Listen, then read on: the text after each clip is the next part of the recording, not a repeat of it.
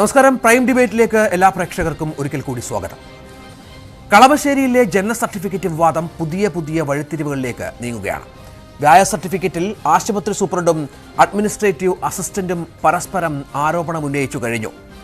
ഏതായാലും വലിയ ഗുരുതരമായ വീഴ്ച ആശുപത്രിയുടെ ഭാഗത്ത് നിന്ന് സംഭവിച്ചു എന്നത് വ്യക്തം.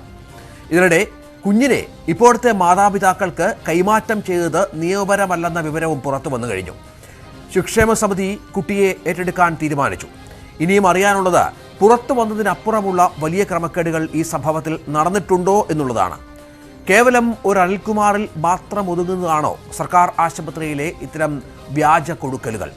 പ്രൈം ഡിബേറ്റ് അന്വേഷിക്കുന്നു. കളമശ്ശേരിയിലെ ക്രമക്കേടുകൾ സർക്കാർ ആശുപത്രികളിൽ സർവത്ര കച്ചവടമോ?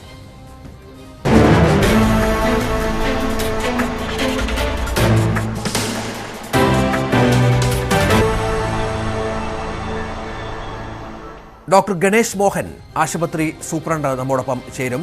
താൽക്കാലിക ജീവനക്കാരിയും ഈ വിഷയവുമായി ബന്ധപ്പെട്ട് ഇപ്പോൾ സസ്പെൻഷനിലുള്ള രഹന നമ്മോടൊപ്പം കൊച്ചിയിൽ നിന്ന് ചർച്ചയിൽ പങ്കെടുക്കുന്നു. ശ്രീ ഹരിദാസ് പൊതുപ്രവർത്തകൻ നമ്മോടൊപ്പം ഉണ്ട്. പ്രോപ്പർ ചാനലിൻ്റെ പ്രതിനിധി കൂടിയാണ് അദ്ദേഹം. ശ്രീ പ്രമോദ് BJP നേതാവാണ്, ഒപ്പം ഹോസ്പിറ്റൽ ഡെവലപ്മെൻറ്റ് കമ്മിറ്റിയുടെ അംഗം കൂടിയാണ് ശ്രീ പ്രമോദ്. ഇത്രയും പേരാണ് ഈ ചർച്ചയിൽ പങ്കെടുക്കുന്നത്. ആദ്യം ശ്രീ ആശുപത്രി സൂപ്രണ്ടിലേക്ക് നമുക്കൊന്ന് പോകണം. ശ്രീ ഗണേഷ്, ഇത്തരത്തിൽ നേരത്തെ താങ്കൾ ഈ വിഷയവുമായി ബന്ധപ്പെട്ട് അനിൽകുമാർ ഉന്നയിച്ചത് വലിയ ആരോപണമാണ്. താങ്കളുടെ പേര് പറഞ്ഞാണ് ആരോപണം ഉന്നയിച്ചിരിക്കുന്നത്. താങ്കൾ പറഞ്ഞത് പ്രകാരമാണ് ഈ ഒരു സംഭവത്തിൽ ഇടപെട്ടതെന്നും ഈ സർട്ടിഫിക്കറ്റ് തയ്യാറാക്കിയതെന്നും ഉള്ള കാര്യം അദ്ദേഹം പറയുന്നു. അതിനെ തുടർന്ന് താങ്കൾ പ്രതികരിച്ചത് ഇതൊരു ക്രിമിനലാണ് ഈ അനിൽകുമാർ എന്നുള്ള രീതിയിലാണ്.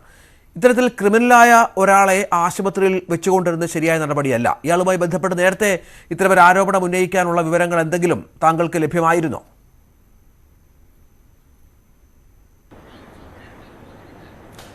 അനിൽകുമാർ ഒരു ക്രിമിനലാണ് എന്ന് ഞാൻ പറഞ്ഞിട്ടില്ല. അനിൽകുമാർ ഇപ്പോൾ നടത്തിയ പ്രവൃത്തി ഒരു ക്രിമിനൽ പ്രവൃത്തിയാണ് എന്ന് ഞാൻ പറഞ്ഞിട്ടുണ്ട്.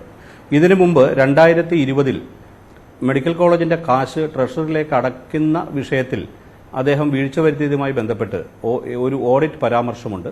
ആ പരാമർശം റിപ്പോർട്ട് ചെയ്തതിന്റെ അടിസ്ഥാനത്തിൽ ബഹുമാനപ്പെട്ട മെഡിക്കൽ വിദ്യാഭ്യാസ ഡയറക്ടർ നൽകിയ ഉത്തരവ് അദ്ദേഹത്തെ ക്യാഷിൽ നിന്ന് മാറ്റാനാണ്. അദ്ദേഹത്തെ ക്യാഷിൽ നിന്ന് മാറ്റി.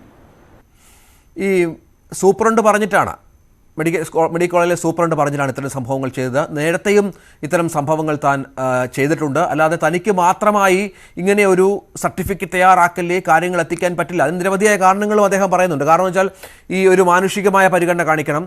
ഒരു കുഞ്ഞിൻ്റെ ഭാവിയാണ്, മാതാപിതാക്കളുടെ ആഗ്രഹമാണ്. അങ്ങനെ അത്തരത്തിൽ താങ്കൾക്കെതിരെയും വലിയ ആരോപണം ഉന്നയിക്കുകയാണ്.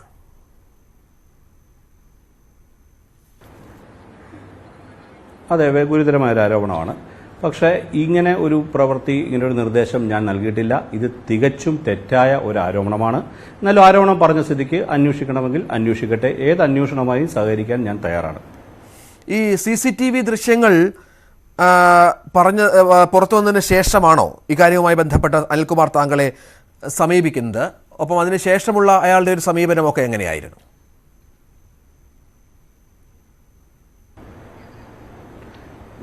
മെനിഞ്ഞാന്ന് രാവിലെ 8 മണിക്കാണ് എനിക്കിതിനെപ്പറ്റി ഒരു മെസ്സേജ് ലഭിക്കുന്നത്. അതിൻ്റെ അടിസ്ഥാനത്തിൽ ഞാൻ ആദ്യം അനിൽകുമാറിനെ തന്നെ ബന്ധപ്പെട്ടു. ഒരു ക്രമക്കേട് താങ്കൾ നടത്തിയോ എന്ന് ഞാൻ ചോദിച്ചു. അതിനുശേഷം ലേബർ റൂമിലെ സിസ്റ്റർമാരെ ഞാൻ ബന്ധപ്പെട്ടു. അത് കഴിഞ്ഞ് ഞാൻ എൻ്റെ ഓഫീസിൽ വന്നു. എൻ്റെ ഡെപ്യൂട്ടി സൂപ്രണ്ടുമായി ഞാൻ ഈ കാര്യങ്ങൾ സംസാരിച്ചുകൊണ്ടിരിക്കുകയാണ് അനിൽകുമാർ എൻ്റെ ഓഫീസിലേക്ക് കടന്നു വരുന്നത്. എൻ്റെ ഡെപ്യൂട്ടി സൂപ്രണ്ട് കാഷ്വാലിറ്റി ഡോക്ടർ പീതയും എന്നോടൊപ്പം ഉണ്ടായിരുന്നു.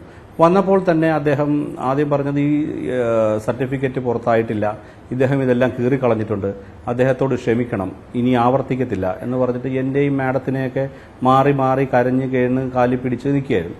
പക്ഷേ നമ്മൾ പറഞ്ഞു ഒരു തരത്തിലും താങ്കളെ സഹായിക്കാൻ സാധ്യമല്ല, കടന്നു പോവുക എന്ന് പറഞ്ഞ് എൻ്റെ റൂമിൽ നിന്ന് ഇറക്കി വിടുകയാണ് ഉണ്ടായത്. ഈ സർട്ടിഫിക്കറ്റുകൾ ഇത്തരത്തിൽ താങ്കൾ പറയുന്ന പോലെ ആരോപണം അത് ഗുരുതരമാണ്. അനിൽകുമാർ ഒരു പക്ഷേ നേരത്തെയും ഒരുപാട് പേർക്ക് ഇത്തരം രേഖകൾ തയ്യാറാക്കി കൊടുത്തിട്ടുണ്ടാകാം. അതിന് പലവിധ മാർഗങ്ങളുണ്ടാകാം. അപ്പോൾ ഈ പുറത്തു വരുന്ന കാര്യങ്ങൾ അത്ര സുഖമുള്ള കാര്യങ്ങളല്ല, ഏറെ ഗൗരവതരമാണ്. ഇത് ഒരു ആശുപത്രി സൂപ്രണ്ട് എന്ന നിലയിൽ താങ്കൾക്കെതിരെ എങ്ങനെ ന്യായീകരിക്കാൻ സാധിക്കും? അപ്പോൾ താങ്കൾ അറിയാതെ ഇത്തരം വലിയ സംഭവങ്ങൾ ഒരു സർക്കാർ ആശുപത്രിയിൽ, താങ്കളുടെ ചുമതലയിലുള്ള ഒരു ആശുപത്രിയിൽ നടക്കുന്നുണ്ട് എന്ന് പറയുമ്പോൾ അതിൽ താങ്കൾക്ക് ഉത്തരവാദിത്തത്തിൽ നിന്ന് ഒഴിഞ്ഞു മാറാൻ സാധിക്കില്ലല്ലോ.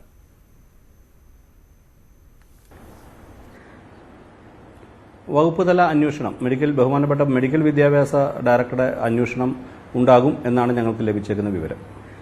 ശരി രഹന, ഈ ഈ വിഷയത്തിൽ ആദ്യം ഈ വിഷയം ശ്രദ്ധയിൽപ്പെടുത്തുന്നത് ആശുപത്രി അധികൃതരുടെ ശ്രദ്ധയിൽപ്പെടുത്തുന്നത് താങ്കളാണ് എന്നാണ്. താങ്കളുടെ പരാതി പ്രകാരമാണ് ഈ വലിയൊരു സംഭവം പുറത്തു വരികയും തുടർന്നുണ്ടായ സംഭവവികാസങ്ങളൊക്കെ നടക്കുകയും ചെയ്തത്. ഇത് താങ്കൾക്ക് മനസ്സിലായത് വളരെ പെട്ടെന്ന് താങ്കൾക്ക് ഇതിലേക്ക് എത്തിയത് എങ്ങനെയായിരുന്നു? കാരണം ഒരു താൽക്കാലിക ജീവനക്കാരിയാണ്. താങ്കളുടെ മുന്നിൽ അനിൽകുമാർ വരുന്നു, ഒപ്പം ഈ കുട്ടിയുടെ അച്ഛനുമുണ്ട്, ഈ കുട്ടിയെ വളർത്തുന്ന ആളുമുണ്ട്, ഗായകനുമുണ്ട് എന്ന് മനസ്സിലാകുന്നു. ഇത് ക്രമക്കേട് എന്ന നിലയിൽ താങ്കൾക്ക് മനസ്സിലാക്കിയത് ഏത് ഘട്ടത്തിലാണ്?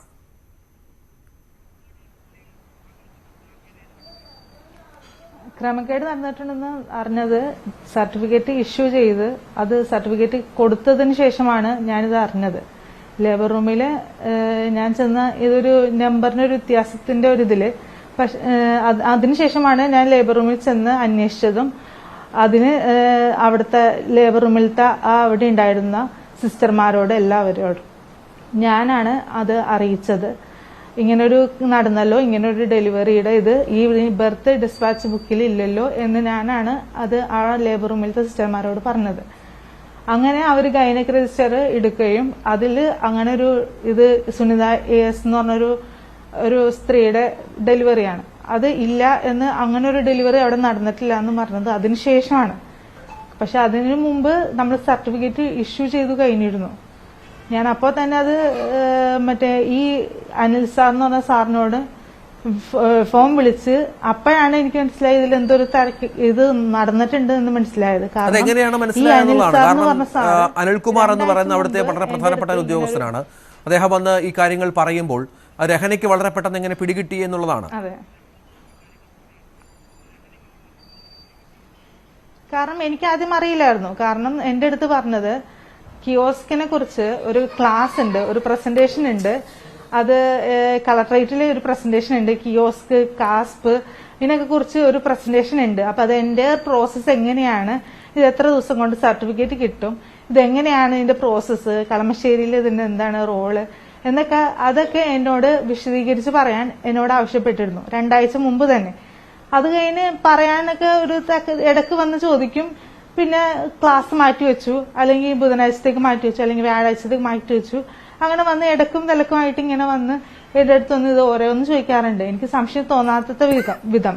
കാരണം ഏത് ഡെസ്കിലാണ്, എന്താണ് ഇതിന്റെ സോഫ്റ്റ്വെയറിന്റെ പേരെന്താണ്, അതെല്ലാം എന്നോട് വന്ന് ഒരു ജെന്യുവിനായിട്ട് ചോദിക്കുന്നതിനോട് എനിക്ക് അങ്ങനെ സംശയം തോന്നേണ്ട കാര്യം ഉണ്ടായിരുന്നില്ല.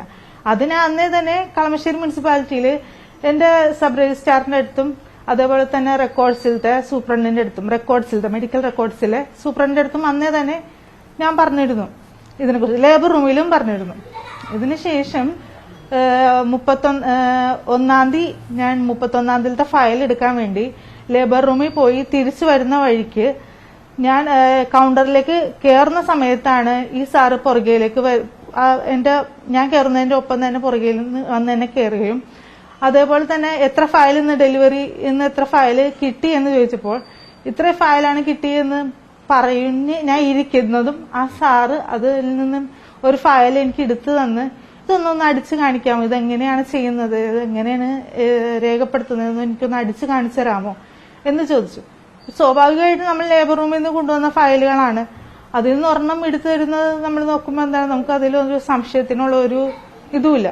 അപ്പൊ രഹന ഈ വിഷയം ശ്രദ്ധയിൽപ്പെട്ടപ്പോൾ ആദ്യം എന്താണ് ചെയ്തത്? കാരണം രഹനക്കെതിരെ ഉയരുന്നത് ഇത് 24 മണിക്കൂറിനുള്ളിൽ ഈ ക്രമക്കേട് റിപ്പോർട്ട് ചെയ്തില്ല എന്നുള്ള പ്രധാനപ്പെട്ട കാര്യമാണ്. സൂപ്പർ അടക്കം അതാണ് പറയുന്നത്. അപ്പോൾ അങ്ങനെ ഒരു വീഴ്ച രഹനയുടെ ഭാഗത്തുനിന്ന് സംഭവിച്ചിരുന്നോ?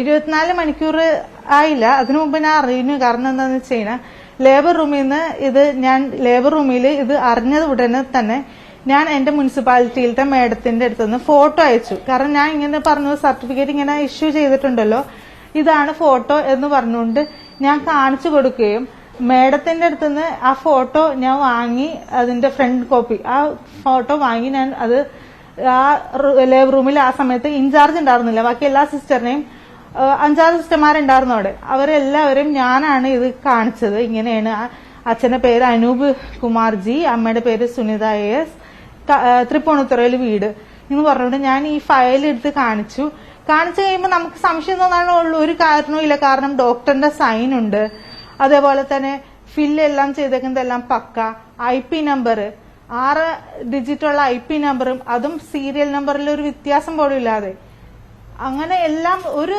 സംശയം തോന്നുന്ന വിധത്തിലുള്ള ഒന്നുമില്ല. ഇതൊക്കെ ഞാൻ അവിടെ ലേബർ റൂമിൽ പറയുകയും അവിടുത്തെ ഗൈനക് രജിസ്റ്റർ എടുത്ത് പരിശോധിക്കുകയും ചെയ്തു. അങ്ങനെയാണ് ഞാൻ അപ്പൊ തന്നെ ആ ലേബർ റൂമിൽ സിസ്റ്റർമാരുടെ മുന്നിൽ വെച്ചാണ് ഈ അനിൽകുമാർ എന്ന് പറഞ്ഞ സാറിനെ വിളിച്ചു, ഫോണിൽ ബന്ധപ്പെട്ടു. ബന്ധപ്പെട്ട് ആ അനിൽകുമാർ സാറ് ലേബർ റൂമിന്റെ പുറത്തേക്കായിട്ട് വന്നപ്പോൾ ഞാനും ആ ലേബർ റൂമിൽ ഉണ്ടായിരുന്ന ഒരു സിസ്റ്ററും ഇത് ഗൈനക് രജിസ്റ്റർ ആയിട്ട് ചെന്ന് ആ പുറത്ത് നിന്ന് കാണിച്ച് ഇങ്ങനെ ഒരു രജിസ്ട്രേഷൻ നടന്നിട്ടില്ലല്ലോ, ഇങ്ങനെ ഒരു ബർത്ത് നടന്നിട്ടില്ലല്ലോ എന്ന് ഞാനാണ് അത് ശ്രദ്ധയിൽപ്പെടുത്തിയത്. മറ്റൊരു ചോദ്യം, മറ്റൊരു പ്രധാനപ്പെട്ട കാര്യം, ഈ അനിൽകുമാറിനൊപ്പം ഈ കുട്ടിയെ ഗായകൻ, ഈ പറഞ്ഞ പ്രധാനപ്പെട്ട ആൾ, കുട്ടിയുടെ അച്ഛൻ, കുട്ടിയെ വളർത്തുന്ന ആൾ ഉണ്ടായിരുന്നോ? ഈ ഓരോ പ്രോസസ്സിലും അനിൽകുമാറിനൊപ്പം അദ്ദേഹം കൂടി വന്നാണോ ഈ സർട്ടിഫിക്കറ്റ് കൈപ്പറ്റിയത്? നേരിട്ട് കണ്ടോ രഹന അദ്ദേഹത്തെ? ഇല്ല, ഇവർ രണ്ടുപേരും ഒരുമിച്ചൊന്നുമല്ല വന്നേക്കുന്നത്. എന്റെ അടുത്ത് പറഞ്ഞത് ഇങ്ങനെ എന്റെ ഡാറ്റ എൻട്രി ചെയ്തുകൊണ്ടിരുന്ന സമയത്ത് എന്റെ അടുത്ത് പറഞ്ഞത് പ്രിന്റ് എടുക്കാൻ എന്നോട് ആവശ്യപ്പെട്ടു. ഞാൻ പറഞ്ഞു പ്രിന്റ് നമ്മളിപ്പോ കൊടുക്കില്ല, ബൈസ്റ്റാൻഡർ വെരിഫൈ ചെയ്യാൻ വേണ്ടി വരുമ്പോൾ മാത്രമേ നമ്മൾ ഈ ഫയലിന്റെ പ്രിന്റ് എടുത്ത് കൊടുക്കുള്ളൂ എന്ന് പറഞ്ഞു.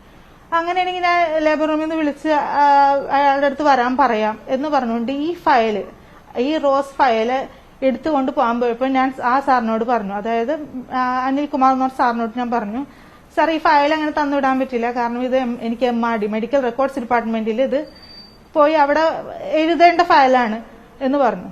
ഞാൻ പറഞ്ഞു അത് വെരിഫൈ ചെയ്യാൻ വേണ്ടി ആള് വരുമ്പോൾ എന്നെ വിളിക്കണം, എനിക്ക് വെരിഫൈ ചെയ്യുന്നത് എങ്ങനെയാന്ന് കാണണം, ഇതെന്താ സംഭവം എന്ന് എനിക്ക് കാണണം. അതേപോലെ തന്നെ മെഡിക്കൽ റെക്കോർഡ്സ് ഡിപ്പാർട്ട്മെന്റിലേക്ക് പോകുമ്പോൾ എന്നെയും വിളിക്കണം, എനിക്കും അവിടെ എന്താണ് ഇതിന്റെ ഫർദർ പ്രോസസ്സ് എങ്ങനെയാണെന്ന് അറിയണം, അതുകൊണ്ട് എന്നെ വിളിക്കണം എന്ന് പറഞ്ഞുകൊണ്ട് ഈ ഫയൽ കൊണ്ട് പോവുകയായിരുന്നു നമ്മൾ ചെയ്തത്. ആ സാറ് പോവുകയായിരുന്നു ചെയ്തത്.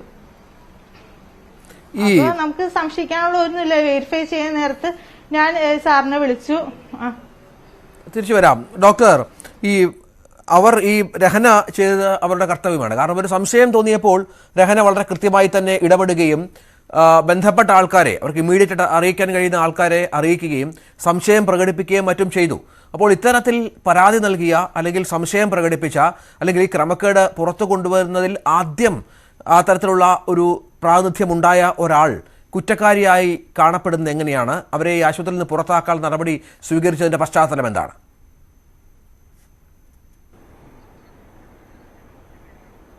അല്ല, ഡാറ്റ എൻട്രി ഓപ്പറേറ്റർ കുറ്റക്കാരിയാണ് എന്ന് ഞാൻ ഒരിടത്തും പറഞ്ഞിട്ടില്ല.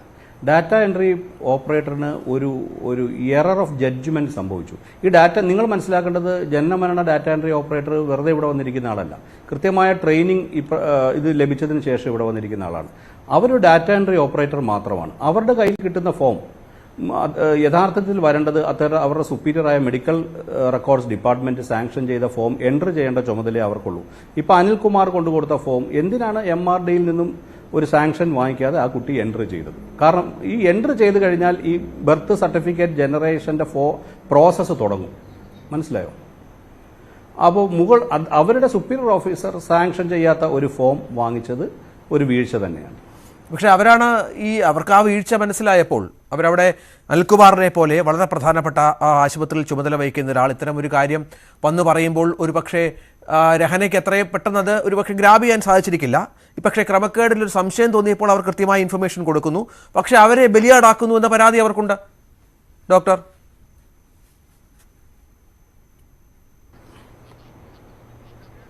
അല്ല, ആയിരിക്കാം. അവർ പരിശോധിക്കുകയും അവരുടെ സുപ്പീരിയർ ഓഫീസറായിരുന്ന MRD സൂപ്രണ്ടിനോട് അവർക്ക് പറയാമായിരുന്നല്ലോ അങ്ങനെ ഒരു ക്രമക്കേട് അവർ കണ്ടെത്തിയിരുന്നെങ്കിൽ. അവർ പറഞ്ഞില്ലല്ലോ. അവർക്ക് മെഡിക്കൽ സൂപ്രണ്ടിനോട് വന്ന് പറയാമായിരുന്നല്ലോ, അവർ പറഞ്ഞില്ലല്ലോ. പിറ്റേ ദിവസം ആ കുട്ടിയെ ഞാൻ വിളിച്ചു വരുത്തി ചോദിച്ചപ്പോൾ ആദ്യം എന്നോട് കളവാണല്ലോ പറഞ്ഞത്. ആദ്യം ഇങ്ങനെ ഒരു സർട്ടിഫിക്കറ്റ് ഇഷ്യൂ ചെയ്തിട്ടില്ല എന്നാണല്ലോ പറഞ്ഞത്. അതിനുശേഷം ഞാൻ ചോദ്യം മാറ്റി ചോദിച്ചപ്പോഴാണ് സാറെ തെറ്റുപറ്റി ഇഷ്യൂ ചെയ്തു എന്ന് പറഞ്ഞത്. ഈ സർട്ടിഫിക്കറ്റുകളുടെ രേഖകളെല്ലാം ഞങ്ങൾക്ക് കിട്ടിയത് എവിടുന്ന? ആ കുട്ടിയുടെ മൊബൈലിൽ നിന്നാണ്. ആ കുട്ടിയുടെ മൊബൈലിൽ നിന്നാണ് ഞങ്ങളുടെ ഓഫീസിലേക്ക് ഇത് ഇമെയിൽ ചെയ്തെടുക്കുകയും വാട്സാപ്പ് ചെയ്തെടുക്കുകയും പ്രിന്റ് ഔട്ട് ചെയ്യുകയും ചെയ്തത്. മനസ്സിലായില്ലേ? അപ്പോൾ നമുക്കൊരു തെറ്റുപറ്റി ഉടൻ തന്നെ നമ്മുടെ ഇമ്മീഡിയറ്റ് സൂപ്പർവൈസറോട് പറയേണ്ടതല്ലേ? എന്തിന് 24 മണിക്കൂർ വരെ മെഡിക്കൽ സൂപ്രണ്ട് വിളിക്കും വരെ കാത്തിരുന്നു? അതൊക്കെ പോലീസ് അന്വേഷിക്കേണ്ട കാര്യങ്ങളാണെന്നാണ് എൻ്റെ ഒരു നിഗമനം. രഹന, മറുപടി ഉണ്ടോ ഇതിനൊക്കെ?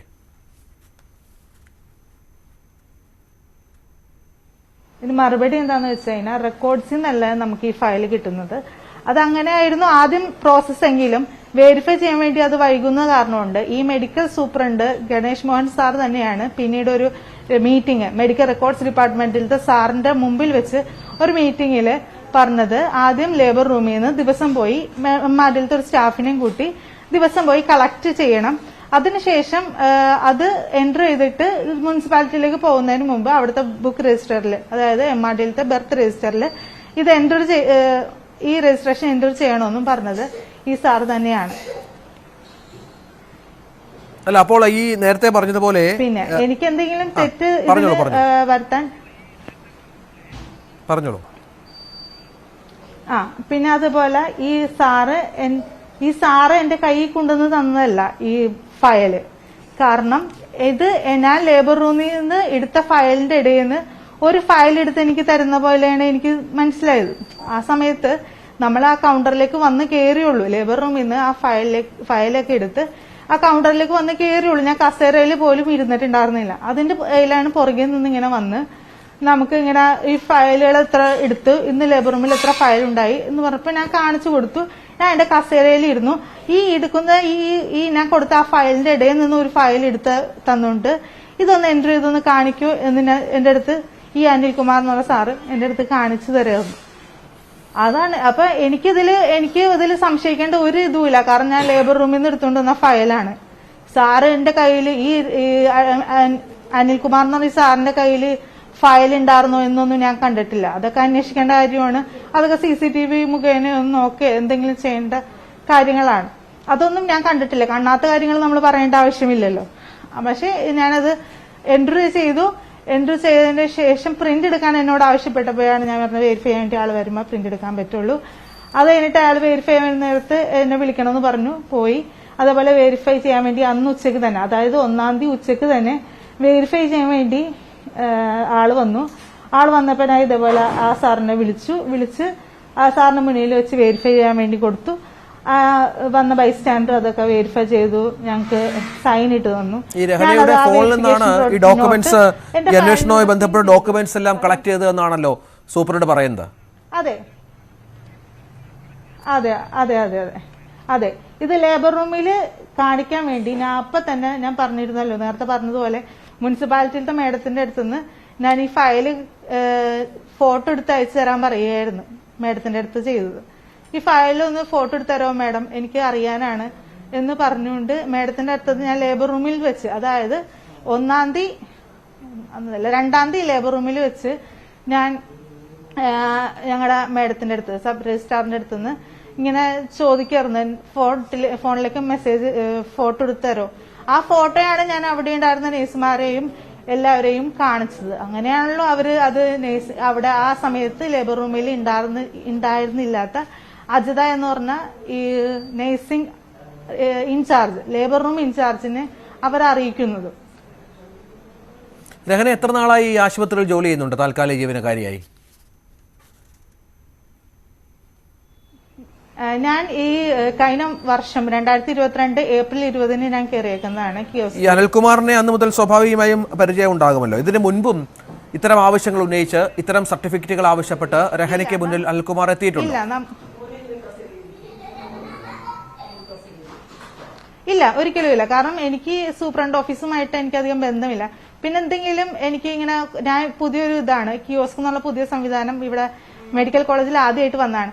അതിലൊരു പേപ്പർ അല്ലെങ്കിൽ ഒരു ഇന്ത്യൻ ബുക്ക് അല്ലെങ്കിൽ എന്തൊരു കാര്യത്തിന് വേണ്ടി റിക്വസ്റ്റ് ചെയ്ത് എന്റെ മെഡിക്കൽ റെക്കോർഡ്സിലത്തെ ആ സാറിനെ കൊണ്ട് ഫോർവേഡ് ചെയ്ത് ഈ മെഡിക്കൽ സൂപ്രണ്ടിന്റെ ഈ ഓഫീസിൽ എത്തിക്കുന്നത് ഞാനാണ്. അങ്ങനെ കണ്ടൊരു ബന്ധമുള്ളൂ. അല്ലാതെ അതിന്റെ ഇടയ്ക്ക് ഞങ്ങൾ സംസാരിക്കാനോ അതൊരു അനിൽ സാറാണ്. അയാളുടെ പോസ്റ്റ് പോലും എനിക്കറിയില്ല. സൂപ്രണ്ട് ഓഫീസിൽ ഇരിക്കുന്ന അനിൽ സാർ. അതല്ലാതെ അതിന്റെ പോസ്റ്റ് എന്താന്ന് പോലും ഇത്രയും ദിവസമായിട്ടും എനിക്ക് അറിയില്ലായിരുന്നു. സൂപ്രണ്ടിലത്തെ ഓഫീസിലത്തെ ഒരു മെയിൻ സ്റ്റാഫ് മറ്റേ സൂപ്രണ്ടിന് കീഴിലുള്ള ഒരു സ്റ്റാഫ്. അതിൽ കൂടുതൽ ഒരു സംസാരമോ ഒരു ഇതോ ഒന്നും ഞങ്ങൾ തമ്മിൽ ഉണ്ടായിട്ടില്ല. ദയവായി തുടരുക. അതിന്റെ ആവശ്യമില്ല. എന്റെ അടുത്ത് ഇതിനു മുമ്പ് വന്നിട്ടില്ല. ഇത് ഞാൻ ദയവായി തുടരുക. തിരിച്ചു വരാൻ താങ്കളിലേക്ക്. ശ്രീ ഹരിദാസ്, ഇത് നമുക്ക് ഈ അന്വേഷണത്തിൽ നിന്ന് ഓരോ സമയത്തും പുറത്തു വരുന്ന തെളിവുകളിൽ നിന്ന് മനസ്സിലാകുന്ന ഈ ക്രമക്കേടുകളുടെ ഒരു ആഴമാണ്. അതിപ്പോൾ ദത്തെടുക്കൽ അല്ലെങ്കിൽ കുട്ടിയെ കൈമാറ്റത്തിൽ തുടങ്ങി ഏറ്റവും ഒടുവിൽ സർട്ടിഫിക്കറ്റ് വ്യാജമായി നിർമ്മിച്ചു തരുന്ന ലോബിയിലേക്ക് വരെ കാര്യങ്ങൾ എത്തി നിൽക്കുകയാണ്. അങ്ങനെ നമ്മുടെ മെഡിക്കൽ കോളേജുകളിൽ ഇത്തരം സംഭവങ്ങൾ ആവർത്തിക്കുന്നുണ്ട്, ഒരുപാട് നടക്കുന്നുണ്ട്. അതിൻ്റെ ഒരു അറ്റം മാത്രമാണ് ഇപ്പോൾ പുറത്തു വന്നിരിക്കുന്നത് എന്നാണ് എനിക്ക് മനസ്സിലാകുന്നത് എൻ്റെ ഈ വാർത്ത കേട്ടതിന് ശേഷമുള്ള ഇതുവരെയുള്ള അന്വേഷണത്തിൽ.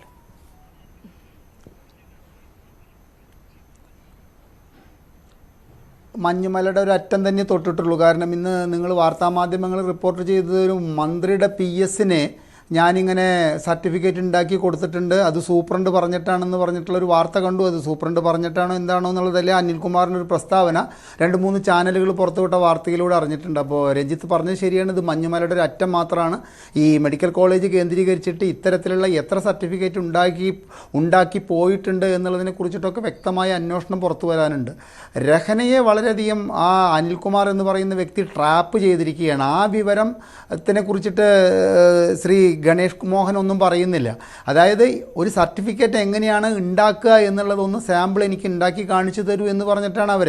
ഒരു താൽക്കാലിക ജീവനക്കാരിക്കുള്ള ഉത്തരവാദിത്തമാണോ ശ്രീ ഗണേഷ് കുമാറിനും ശ്രീ അനിൽകുമാറിനും ഈ സർക്കാർ ജീവനക്കാരെ എന്ന നിലയ്ക്ക് ഈ മെഡിക്കൽ കോളേജിൽ ഉള്ളത് എന്നുള്ള വലിയ ചോദ്യമാണ് പുറത്തേക്ക് വരുന്നത്. ഒരു താൽക്കാലിക ജീവനക്കാരുടെ അടുത്ത് 24 മണിക്കൂറിനുള്ളിൽ ഇത്തരത്തിലൊരു തെറ്റ് റിപ്പോർട്ട് ചെയ്തിട്ടില്ല എന്ന് പറഞ്ഞിട്ട് അവരെ ബലിയാടാക്കിക്കൊണ്ട് ഈ പ്രശ്നത്തെ ലഘൂകരിക്കാൻ ശ്രമിക്കുന്നത്, ഇതിൻ്റെ പിന്നിൽ വലിയ ലോബി ഉണ്ട് രഞ്ജിത്തെ. എനിക്ക് ക്ഷമ ഉണ്ടെങ്കിൽ ഞാൻ രഞ്ജിത്തിന് എനിക്കുണ്ടായ ഒരു അനുഭവം 10 വർഷം മുമ്പിലത്തെ ഞാനൊരു അനുഭവം പറയാം. അതായത് അമേരിക്കയിൽ സെറ്റിലായ ഒരു കൊച്ചിക്കാരൻ മലയാളിയുടെ കയ്യിൽ ലിസി ഹോസ്പിറ്റലിൽ അദ്ദേഹം ജനിച്ചിട്ടുള്ള ഒരു സർട്ടിഫിക്കറ്റ് ഉണ്ട്. 57-ലോ 58-ലോ ജനിച്ചിട്ടുള്ള ഒരു സർട്ടിഫിക്കറ്റ് ഉണ്ട്. അദ്ദേഹത്തിന് അവിടുത്തെ ഗ്രീൻ കാർഡ് കിട്ടാൻ വേണ്ടിയിട്ട് ബർത്ത് സർട്ടിഫിക്കറ്റ് നിർബന്ധമാണ് അമേരിക്കയിൽ. പാസ്പോർട്ട് മറ്റ് രേഖകൾ ഉണ്ടായാൽ പോരാ. അദ്ദേഹം എനിക്ക് പരിചയമുള്ള വ്യക്തിയാവുക കാരണം കൊണ്ട് എന്നെ സമീപിച്ചിട്ട് പറഞ്ഞു കൊച്ചിൻ കോർപ്പറേഷനിൽ പോയിട്ട് ഇതൊന്ന് കിട്ടാൻ ശ്രമിക്കാൻ. ഞാൻ കഥ ചുരുക്കിയിട്ട് പറയുകയാണ്, കുറേ കാര്യങ്ങളുണ്ട്. ഞാൻ കൊച്ചിൻ കോർപ്പറേഷനിൽ ഒരു 25 തവണ ഞാൻ ഈ സർട്ടിഫിക്കറ്റ് കൊണ്ടുപോയിട്ട് ഒരു ബർത്ത് സർട്ടിഫിക്കറ്റ് കിട്ടാൻ വേണ്ടിയിട്ട് ഒരുപാട് ശ്രമിച്ചു നോക്കി, നടക്കുന്നില്ല. ഒരു 6-7 പ്രാവശ്യത്തെ എൻ്റെ സന്ദർശനത്തിന് ശേഷം എൻ്റെ പിന്നാലെ ഒരു വ്യക്തി വന്നു. പിന്നീടാണ് മനസ്സിലായത് അദ്ദേഹം അവിടുത്തെ ഒരു പിയൂണാണ്. അദ്ദേഹം എനിക്കൊരു നമ്പർ തന്നിട്ട് പറഞ്ഞു, നിങ്ങൾ ഈ നമ്പറിൽ ബന്ധപ്പെടൂ, നിങ്ങളുടെ പ്രശ്നം പരിഹരിക്കപ്പെട്ടു തരും. ഞാൻ ആ നമ്പറിൽ ബന്ധപ്പെട്ടു, എൻ്റെ പ്രശ്നം പരിഹരിക്കപ്പെട്ടു. എനിക്ക് കൃത്യം ഒരു 45 ദിവസത്തിനുള്ളിൽ ഇതിനെ പഞ്ചായത്ത് ഡയറക്ടറുടെ സിഗ്നേച്ചർ വേണം തിരുവനന്തപുരത്ത്. അതായത് ഈ കോർപ്പറേഷൻ്റെ സിഗ്നേച്ചർ മാത്രം പോരാ, ഇത്തരത്തിലുള്ള സർട്ടിഫിക്കറ്റ് കാലതാമസം വന്നെടുക്കുമ്പോൾ അതിന് പഞ്ചായത്ത് ഡയറക്ടർ വരെ ഒപ്പിടണം. പക്ഷേ പഞ്ചായത്ത് ഡയറക്ടർ വരെ ഒപ്പിട്ടിട്ട് എനിക്ക് ആ സർട്ടിഫിക്കറ്റ് 45 ദിവസത്തിനുള്ളിൽ കിട്ടി. എൻ്റെ കയ്യിൽ നിന്ന് ഞാൻ ബന്ധപ്പെട്ട വ്യക്തി ഒരു ഏജൻ്റായിരുന്നു. ആ വ്യക്തി എന്നിൽ നിന്ന് വാങ്ങിയത് 1 ലക്ഷം രൂപയാണ്. ഒരു അമേരിക്കക്കാരന് 1 ലക്ഷം രൂപ എന്ന് പറഞ്ഞ ഒരു പീനട്സിൻ്റെ പൈസയാണ്. അപ്പം നമ്മുടെ നാട്ടിൽ നടക്കുന്ന ചില വ്യവസ്ഥിതികളാണ് ഞാൻ ഈ ഒരു അവസരത്തിൽ പറയുന്നത്. അതായത് VK പറഞ്ഞിട്ടുള്ള വളരെ പ്രശസ്തമായൊരു വാചകമുണ്ട്, കുറുക്കു വഴിയിലൂടെ നേടാൻ കഴിയാത്തതായിട്ട് നമ്മുടെ കേരളത്തിൽ ഒന്നുമില്ല.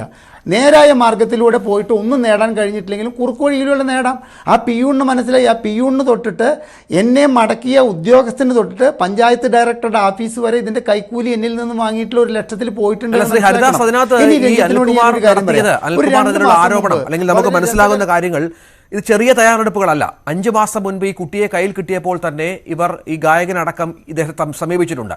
പിന്നീട് വളരെ കൃത്യമായ ആസൂത്രണത്തിലൂടെ ഓരോ റെക്കോർഡ്സും തിരുത്തി, അതായത് എൻട്രി പാസിൽ പോലും അത്തരത്തിലുള്ള ചില മാറ്റങ്ങൾ വരുത്തി കൃത്യമായി കാര്യങ്ങൾ പഠിച്ച് ചെയ്ത് ഒരു പഴുതുപോലും ഇല്ലാതെ ഇത്തരം കാര്യങ്ങൾ നടപ്പിലാക്കാനുള്ള ശ്രമമായിരുന്നു അനിൽകുമാറിൻ്റേത്. അവിടെ ഈ രഹനയ്ക്ക് വന്ന ഒരു സംശയത്തിൽ മാത്രമാണ് ഈ കാര്യങ്ങൾ പുറത്തു വന്നത്. അല്ലെങ്കിൽ മറ്റു പല സംഭവങ്ങളും പോലെ ആരും അറിയാതെ അവസാനിക്കേണ്ട കൃത്യമായി ജനന സർട്ടിഫിക്കറ്റോടുകൂടി ഒരു കുട്ടി നമ്മുടെ സമൂഹത്തിൽ, കൃത്രിമമായ ജനന സർട്ടിഫിക്കറ്റോടുകൂടി ഒരു കുട്ടി നമ്മുടെ സമൂഹത്തിൽ വളരേണ്ട സാഹചര്യം ഉണ്ടായേനെ. ഈ രഹനയുടെ സംശയമാണ് ഒരു പക്ഷേ ഇത്തരം ഒരു ക്രമക്കേട് പുറത്തു കൊണ്ടുവന്നത് എന്ന് വേണം പറയാൻ.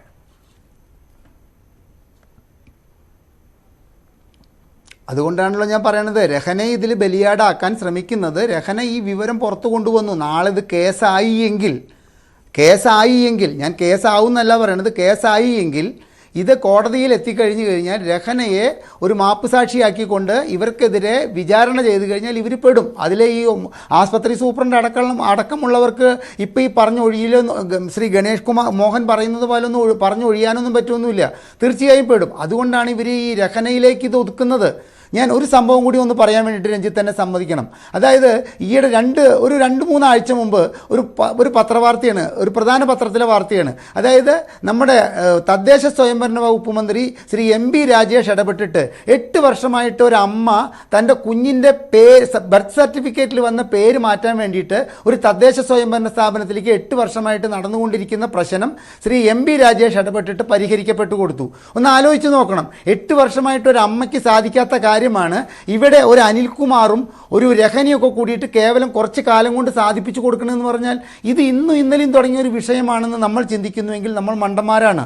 അപ്പോൾ ഇത്തരത്തിൽ അനിൽകുമാർ വളരെ പ്ലാൻ ചെയ്തിട്ട് ചെയ്യുന്ന ഇത്തരം സംഭവങ്ങൾ അനിൽകുമാർ എത്ര എണ്ണം ചെയ്തിട്ടുണ്ട്, എത്ര അനാഥ കുട്ടികൾ ഇവിടെ മറ്റ് മാതാപിതാക്കളുടെ പേരിൽ വളരുന്നുണ്ട് എന്നുള്ളതിനെ കുറിച്ചിട്ടൊക്കെ വളരെ വിശദമായ ഒരു അന്വേഷണം വേണം. അതും ഈ ഒരു മെഡിക്കൽ കോളേജ് കേന്ദ്രീകരിച്ച് പോരാ എന്നുള്ള അഭിപ്രായമാണ് എനിക്ക്. കാരണം കേരളത്തിലെ എല്ലാ മെഡിക്കൽ കോളേജുകളിലും എല്ലാ ജനറൽ ആസ്പത്രികളിലും ഇത്തരത്തിലുള്ള കുഞ്ഞുങ്ങൾക്ക്, ഇത്തരത്തിലുള്ള അനാഥമായ കുഞ്ഞുങ്ങളെ ഇതിലിപ്പോൾ രഞ്ജിത്ത് വലിയൊരു പ്രശ്നം വരുന്നുണ്ട്. ഈ കുഞ്ഞ് ആരുടെയാണ്? ഈ കുഞ്ഞിനെ ഇവർക്ക് എവിടുന്ന് കിട്ടി? ഈ മാതാപിതാക്കൾക്ക് ഇപ്പോഴത്തെ ഈ ദത്ത് എടുക്കാൻ വേണ്ടിയിട്ടുള്ള ഈ പറയുന്ന ഒരു ഗായകൻ്റെ പേര് പറയുന്നത് കേട്ടു. ഇവർക്ക് എവിടുന്നാണ് ഈ കുഞ്ഞിനെ കിട്ടിയിരിക്കുന്നത്? ഇത്തരത്തിലുള്ള അന്വേഷണമൊക്കെ ചെന്ന് കഴിഞ്ഞാൽ ഇത് സാക്ഷരത പൂർണ്ണമായിട്ടുള്ളൊരു കേരളമാണോ? നമ്മുടെ നാട്ടിൽ ഇത് ജാർഖണ്ഡിലോ ബീഹാറിലോ നടന്ന സംഭവമല്ല. ഇന്ന് ഈ വാർത്ത കേട്ടപ്പോൾ മുതൽ ഞങ്ങളെപ്പോലുള്ള സാമൂഹ്യ പ്രവർത്തകർ സത്യത്തിൽ അന്തം വിടുകയാണ്. നമ്മുടെ നാട്ടിലാണോ ഇതൊക്കെ നടക്കുന്നത്? നമ്മുടെ രഹന ഫ്രീ ആക്കാമെന്ന് പറഞ്ഞിട്ട് ദയവായി തുടരുക. ശ്രീമതി രഹന, എന്തായാലും സസ്പെൻഷൻ, അതായത് പുറത്താക്കലിലെ കാര്യങ്ങളെത്തി, താൽക്കാലിക ജീവനക്കാരിയാണ്, ഇനിയിപ്പോൾ ആശുപത്രിയിൽ ജോലി ചെയ്യാൻ പറ്റുമെന്ന് സംശയമുണ്ട്. ഇങ്ങനെ ഒരു ബലിയാടാക്കപ്പെട്ടു എന്ന ഫീലാണോ രഹനയ്ക്കുള്ളത്? അതോ ഈ വിഷയത്തിൽ ഈ പ്രശ്നത്തോടെ ഇത് അവസാനിപ്പിക്കാതെ ഇതിന്റെ സത്യാവസ്ഥകൾ കൂടുതൽ പുറത്തു കൊണ്ടുവരാനുള്ള പോരാട്ടം രഹന നടത്തുമോ? തീർച്ചയായിട്ടും ഞാൻ നടത്തും. കാരണം എന്താണെന്ന് വെച്ച് കഴിഞ്ഞാൽ ഞാനൊരു താൽക്കാലിക ജീവനക്കാരിയാണ് എന്നതുപരി ഇവിടെ ഇങ്ങനെ ഒരു പ്രശ്നം ഞാനാണ് ഇവിടെ റിപ്പോർട്ട് ചെയ്തത്. എന്നിട്ടും അത് എന്തുകൊണ്ട് എന്റെ തലയിലേക്ക് വന്നു, അത് അന്വേഷിക്കേണ്ട കാര്യം തന്നെയാണ്. അതുകൊണ്ട് തന്നെയാണ് ഞാൻ പരാതിപ്പെടുകയും എല്ലാം ചെയ്തത്. കാരണം ഇതിന്റെ റൂട്ട് പോയപ്പോൾ പ്രിൻസിപ്പൾ എന്നെ അന്ന് വൈകിട്ടൊരു എൻക്വയറിയിൽ പ്രിൻസിപ്പൾ എന്റെ അടുത്ത് മുഖത്ത് നോക്കി ചോദിച്ചത് എത്ര രൂപ വാങ്ങിയെന്നാണ്. ഇങ്ങനെ രൂപ വാങ്ങി ചെയ്യുന്നതാണെങ്കിൽ എനിക്ക് ആരും അറിയാതെ ചെയ്യാമായിരുന്നു. ഞാനിത് റിപ്പോർട്ട് ചെയ്യേണ്ടായിരുന്നു. റിപ്പോർട്ട് ചെയ്തത് എനിക്കറിയാം, കാരണം ഇത് ചെയ്ത് തെറ്റാൻ പോയിരുന്നു. പക്ഷെ അപ്പോഴത്തേക്കും ഞാൻ കുറച്ച് വൈകിപ്പോയിരുന്നു. സത്യം പറഞ്ഞപ്പോൾ കുറച്ച് വൈകിപ്പോയിരുന്നു. സർട്ടിഫിക്കറ്റ് ഒക്കെ ഇഷ്യൂ അതിന് മുമ്പായിരുന്നു. പിന്നെ ഇങ്ങനെ അനിൽ സാർ ഇങ്ങനെ പറഞ്ഞു, ഇങ്ങനെ പെടുത്തും, ഇങ്ങനെ കൊടുക്കും, ഇതെന്തോറായാലും ആരും അറിഞ്ഞിട്ടില്ല, ഇനി അത് പെടുത്തും കൊടുക്കും എന്ന് പറഞ്ഞ് ഭീഷണിപ്പെടുത്തിയാനോണ്ടാ ഞാൻ ആരോട് പറയും? ആരെന്നെ ഈ വിഷയം പുറത്തു പറയരുതെന്ന് പറഞ്ഞ് ഭീഷണിപ്പെടുത്തിയിരുന്നോ? തീർച്ചയായും. കാരണം ഇങ്ങനെ പറഞ്ഞു കഴിഞ്ഞാൽ പെടുത്തും. ഇപ്പൊ ആരും അറിഞ്ഞിട്ടില്ല. ഇത് അറിഞ്ഞു കഴിഞ്ഞാൽ സൂപ്രണ്ടിന്റെ സ്പെഷ്യൽ കേസാണ്.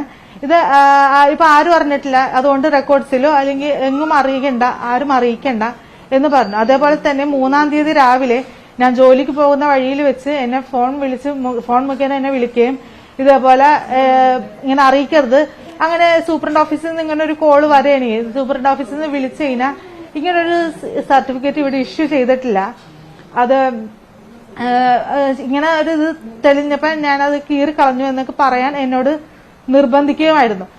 അതിനില്ല ശേഷം ഞാൻ ഇല്ല, ഇത് തെറ്റാണ്, ഇത് ഇനി എന്ത് വെച്ചാലും എനിക്ക് മറച്ചു വെക്കാൻ പറ്റില്ല എന്ന് സൂപ്രണ്ട് എന്നെ 10 മണി ആയപ്പോഴത്തേക്കും 3-ാം തീയതി 10 മണി ആയപ്പോഴത്തേക്കും സൂപ്രണ്ട് ഓഫീസിൽ നിന്ന് എനിക്ക് വിളി വന്നു. അപ്പൊ പോകുന്ന പോകുന്ന വഴി ക്യാൻറ്റീന്റെ സൈഡിൽ വെച്ച് അല്ല എനിക്ക് OP-യിൽ ഉണ്ടായിരുന്ന ഒരു സിസ്റ്റർ ആബിദ എന്ന് പറഞ്ഞ സിസ്റ്ററാണ് എന്നെ സൂപ്രണ്ട് ഓഫീസിൽ നിന്ന് വിളിച്ച്, രഹനാനെ സൂപ്രണ്ട് ഓഫീസിലേക്ക് വിളിച്ച് ഒന്ന് ചെല്ലാം, ഇപ്പൊ തന്നെ ചെല്ല് എന്ന് പറഞ്ഞു. എനിക്കറിയാം.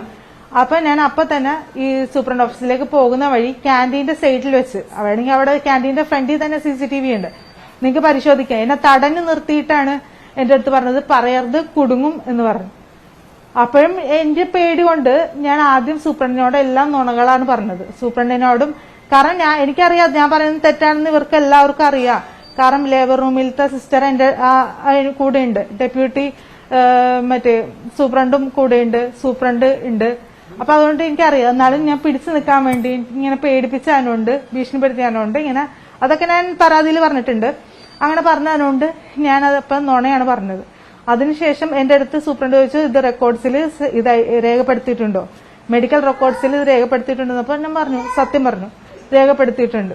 അന്ന് മെഡിക്കൽ റെക്കോർഡ്സിലത്തെ സൂപ്രണ്ടിനെ വിളിക്കും. ആ മെഡിക്കൽ റെക്കോർഡ്സ് സൂപ്രണ്ടിനെ വിളിച്ചു കഴിഞ്ഞപ്പോൾ ഞാൻ വേഗം തന്നെ എന്നെ വിട്ടു. അത് കഴിഞ്ഞിട്ട് വേഗം തന്നെ ഞാൻ പോയിട്ട് തിരിച്ചു വന്ന് വേഗം തന്നെ സൂപ്രണ്ട് ഓഫീസിലേക്ക് വന്ന് ചോദിക്കാതെ തന്നെ ഞാൻ എല്ലാം തുറന്നു പറയായിരുന്നു.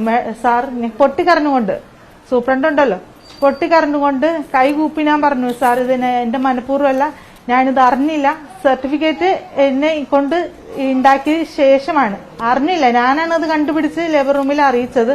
അങ്ങനെയാണ് ഈ അജിത സിസ്റ്റർ, അതായത് ലേബർ റൂമിന്റെ ഇൻചാർജായ അജിത എന്ന് പറഞ്ഞ സിസ്റ്റർ പോലും അറിഞ്ഞത്. ഇത് എനിക്ക് അറിയില്ലായിരുന്നു, ഇങ്ങനെ ഒരു ചതി എന്റെ കയ്യിൽ അറിയില്ല, ഇങ്ങനെ ക്ലാസ് ആണെന്ന് പറഞ്ഞു എന്നെ കൊണ്ട് എല്ലാ ഡീറ്റെയിൽസ്, എന്നെ കൊണ്ട് എല്ലാ പ്രോസസ്സും എല്ലാം എന്നെ കൊണ്ട് പറയിപ്പിച്ചു. അതിനുശേഷം ഇങ്ങനെ ഈ ലേബർ റൂമിൽ എനിക്ക് സംശയം, ഈ സീരിയൽ നമ്പറിൽ ഒരു സംശയം വന്നതുകൊണ്ട് മാത്രം ഞാനത് ലേബർ റൂമിൽ പോയി അന്വേഷിച്ച് അവിടുത്തെ നഴ്സുമാരോടെല്ലാം പറഞ്ഞതിന് ശേഷമാണ് ഇങ്ങനൊരു ഇത് തെളിഞ്ഞത്. അതുകൊണ്ട് ആണ് സാർ എന്ന് പറഞ്ഞാൽ ഞാൻ അവിടെ എല്ലാ കാര്യങ്ങളും അവിടെ ഞാൻ സത്യസന്ധമായിട്ട് എല്ലാം തുറന്നടിച്ച് ചോദിക്കുന്നതിന് മുമ്പേ തന്നെ ഞാൻ പോയി. കാരണം നിങ്ങൾക്ക് വേണമെങ്കിൽ CCTV എടുക്കാം, ആ വാതിൽ തുറന്ന് സാർ ഒരു ചോദ്യം ചോദിക്കുന്നതിന് മുമ്പ് തന്നെ ഞങ്ങൾ എല്ലാ കാര്യങ്ങളും വെട്ടി തുറന്ന് പറയുകയായിരുന്നു ചെയ്തത്. അല്ല, എന്താ ഇനിയിപ്പം രഹനയുടെ മുന്നിലുള്ള വഴി ഏതാണ്? ഞാൻ നേരത്തെ ചോദിച്ച പോലെ നിയമ പോരാട്ടമാണോ അതോ മറ്റേതെങ്കിലും തരത്തിലുള്ള പരാതികൾ നൽകുകയാണോ? ഇല്ല, രഹനയ്ക്ക് എന്താണ് ഈ മുന്നിലുള്ള വഴി?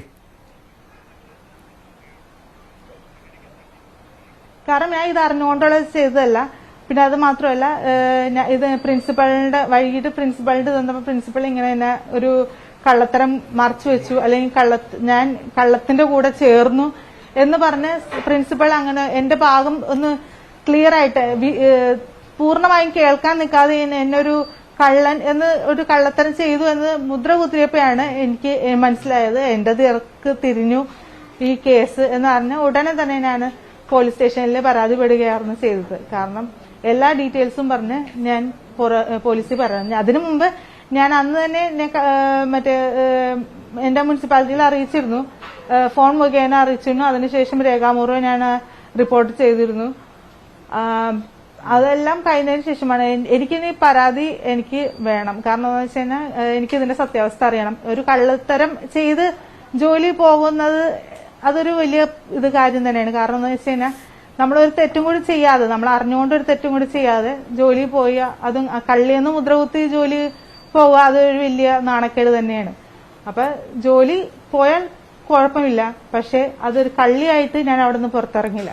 അതിന് ഏതറ്റം വരെ പോകാനും ഞാൻ തയ്യാറാണ്. ശരി, ശ്രീ പ്രമോദ്, ഇതിപ്പോൾ ഒരു അനിൽകുമാറിൽ മാത്രം ഒതുങ്ങുന്ന ക്രമക്കേടാണ് എന്ന് താങ്കൾ കരുതുന്നുണ്ടോ? ശ്രീ ഹരിദാസ് നേരത്തെ പറഞ്ഞതുപോലെ ഇത് വലിയ തട്ടിപ്പാണ്. കാരണം ഇതിന്റെ എക്സ്റ്റന്റ് നമ്മൾ ഈ ഓരോ ചോദ്യങ്ങൾ ചോദിക്കുമ്പോഴും ഓരോ മണിക്കൂറുകൾ കഴിയുമ്പോഴും മാറി മാറി വരികയാണ്. ഒരു അനിൽകുമാറിൽ മാത്രം ഒതുങ്ങുന്ന ഒന്നാണ് എന്ന് നമുക്ക് കരുതാനും സാധിക്കില്ല. രഹന ഒരു ബലിയാടായിരിക്കാം, അവർക്കെതിരെ നടപടി ഉണ്ടാകുന്ന സാഹചര്യമുണ്ട്, അതിന് ആശുപത്രിക്ക് അതിൻ്റെതായ ന്യായങ്ങൾ ഉണ്ടായിരിക്കാം. പക്ഷെ സമഗ്രമായ ഒരു അന്വേഷണം, അതിന് ആർജവത്തോടു കൂടിയുള്ള ഉദ്യോഗസ്ഥർ വേണം. ഏതൊക്കെ തലങ്ങളിൽ ഈ തട്ടിപ്പോൾ ഉണ്ടായി എന്നുള്ളതിൻ്റെ കൃത്യമായ വിവരങ്ങൾ പുറത്തു വരണം. അത് സംഭവിക്കും ഇനിയുള്ള സമയങ്ങളിലും താങ്കൾ കരുതുന്നുണ്ടോ? താങ്കൾ ഹോസ്പിറ്റൽ ഡെവലപ്മെന്റ് അതോറിറ്റിയുമായൊക്കെ ബന്ധപ്പെട്ട് പ്രവർത്തിക്കുന്ന ഒരു പ്രധാനപ്പെട്ട വ്യക്തി കൂടിയാണല്ലോ. ഒരിക്കലുമില്ല രഞ്ജിത്ത്, ഇത് ഞാൻ കുറച്ച് കാര്യങ്ങൾ ഇതിനെ കുറിച്ച് പറയണ്ട്. ഇപ്പൊ സൂപ്രണ്ട് ഇതിലുണ്ട്, ചർച്ചയിലുണ്ട്.